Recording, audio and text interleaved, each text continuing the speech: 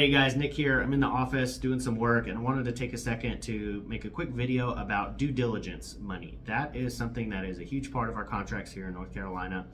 The three main parts are your offer price. Obviously, everybody can kind of come up with that. You understand what that means. Then there's the due diligence amount.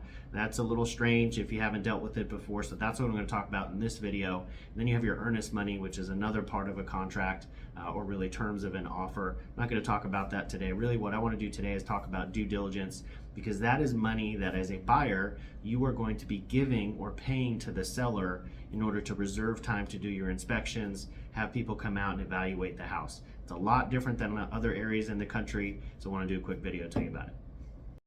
All right, guys, so here we have our standard offer to purchase and contract, the 2T. You're going to see this, anytime you're making a regular purchase here on a real sale or submitting an offer. What I want to do is scroll down here.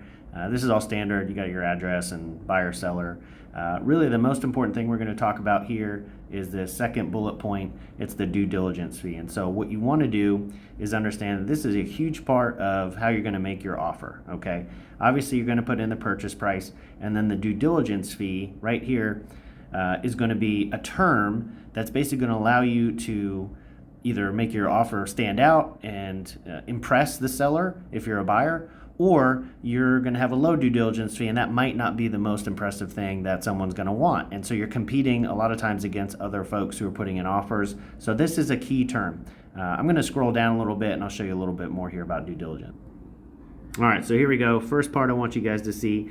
People ask, is due diligence, if you're going to offer it, mandatory? Well, right here, if you write it into the contract, then yes, you are going to have to deliver that due diligence check. I won't read the whole thing, but basically if you don't deliver it, then the seller can pursue you for that, and you are officially liable for that because you are under contract if it's been fully executed and accepted. But I want to come down here and explain this next part. So this is right here on page 2. It's very clear. I'm going to zoom in. So due diligence. Okay, we got it again.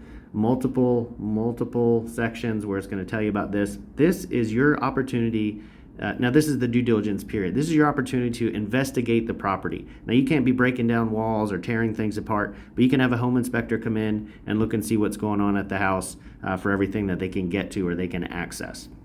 Now, in North Carolina, your due diligence time frame is negotiable. Okay, you can see down here actually on this other bullet point, the due diligence period. You can make that a week, 2 weeks, 4 weeks. But again, you're trying to submit an offer that's going to be accepted. So usually anywhere from 2 to 4 weeks is pretty normal depending on the property, depending on the height or intensity of the market. If you're competing, you might do a shorter due diligence. Anyway, what I want to get to is here, this due diligence fee. Now this is not a standard amount. Some people say, well, you should do 1% of a purchase price. You should do 5%. Some people were doing crazy amounts of due diligence when the market was kind of nuts there, 2020 to 2023. But here is what I want you to focus on.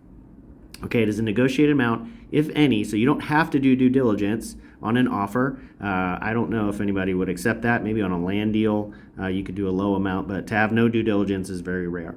But if it's going to be paid from the buyer to seller, once you get your contract accepted, you are going to owe that. Again, if we go back up to that first page, you guys are going to see here, you can write that via a personal check. You can do, well, you're not going to do cash. No attorney's going to take cash. So it's either going to be personal check, official bank check. You can do a wire transfer if the seller is okay with that, or you can do an electronic transfer, although usually I'm always doing a personal check, or my clients are choosing to do a personal check, or they're doing a wire transfer. Now, getting back to the due diligence fee.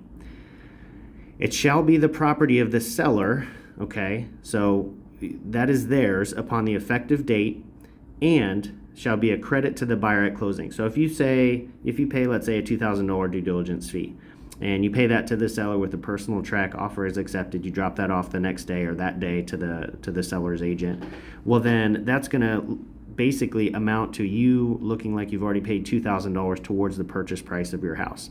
Okay, now this is critical. If you find something in a home inspection, I want to kind of highlight this here, right here. The due diligence fee shall be non-refundable, okay, except in the event of a material breach of this contract by the seller. So that means you're pretty much not going to get this money back as a buyer unless the seller says, you know what, I'm going to break this contract. I'm not going to sell, or I'm going to sell it to my sister, and I'm going to break the contract. And there's a whole bunch of issues there. But if the seller has a material breach of the contract, then you can potentially get your money back. Now, it's in their hands. It's literally in their bank account most times. Okay, or if this contract is terminated under paragraph 23B, or as otherwise provided in some other addendum. So that is very rare. I'm going to show you guys paragraph 23B, but I want you guys to know that due diligence, once it's paid, it's very hard to get back because number one, it's in the seller's bank account, and number two, if you want to get it, you're probably going to have to hire a lawyer, an attorney. You can ask nicely or ask strongly, but either way, it's going to be tough to get that back. And so why is this a big deal? Well, I know in other states or even some places that people have purchased before, they are doing home inspections and then going under contract. Or maybe the contract has a term where based on the results of a home inspection, then they will pay the seller their due diligence or go under contract. That's not the way in North Carolina. We are a buyer beware state. So once you go under contract, you are owing the due diligence fee to your seller, and you're basically going to have to negotiate if there is any repair. So I'm going to flip over real quick to page 23. All right, here we are, paragraph 23. I probably said page 23, but we're paragraph 23. So remedies. This means what happens if somebody does something bad. So breach by a buyer. Well, basically as a buyer, you can walk away and you can essentially say you're not going to buy a house, even if you're during due diligence, if you're past due diligence. But it says right here that the due diligence money and the earnest money are going to be due and still owed to the seller. So you're probably not going to be getting that back, okay? Again, it's very uncommon for people to get their due diligence money back in North Carolina. Earnest money, if you are backing out of the contract during your due diligence time and your inspections, then you can get your earnest money back. That is usually with the attorney, kind of in an escrow account. And so once you terminate the contract within that due diligence time frame, submit a form, and you're pretty much going to get that money back. Okay. Let's go to a breach by the seller. Okay. So that's down here. Breach by seller. If a seller, again, decides, hey, they want to terminate this contract for whatever reason, they just, they don't want to sell it to you, although it's, again, extremely rare, the seller shall be entitled to getting back their earnest money and the due diligence fee, together with the reasonable costs, okay, I'm going to read this part, actually incurred by the buyer in connection with the buyer's due diligence process. So basically, this part right here is saying if you have done home inspections, if you had a roofer come out and they charged you, if you had an HVAC guy come out and charge you to check out the air conditioning, whatever it is, you're going to be liable or able to get that back from a seller. So from a seller standpoint, you really don't want to breach a contract because you're going to owe them the money they already gave you plus whatever money they've spent to inspect the property. Okay. Again, this is kind of a quick overview of the due diligence process and really the fees, but I want to make sure you understand that that money is going to the seller and they're pretty much going to keep that unless there's some nefarious stuff going on by the seller. But again, that's rare. Attorney's fees.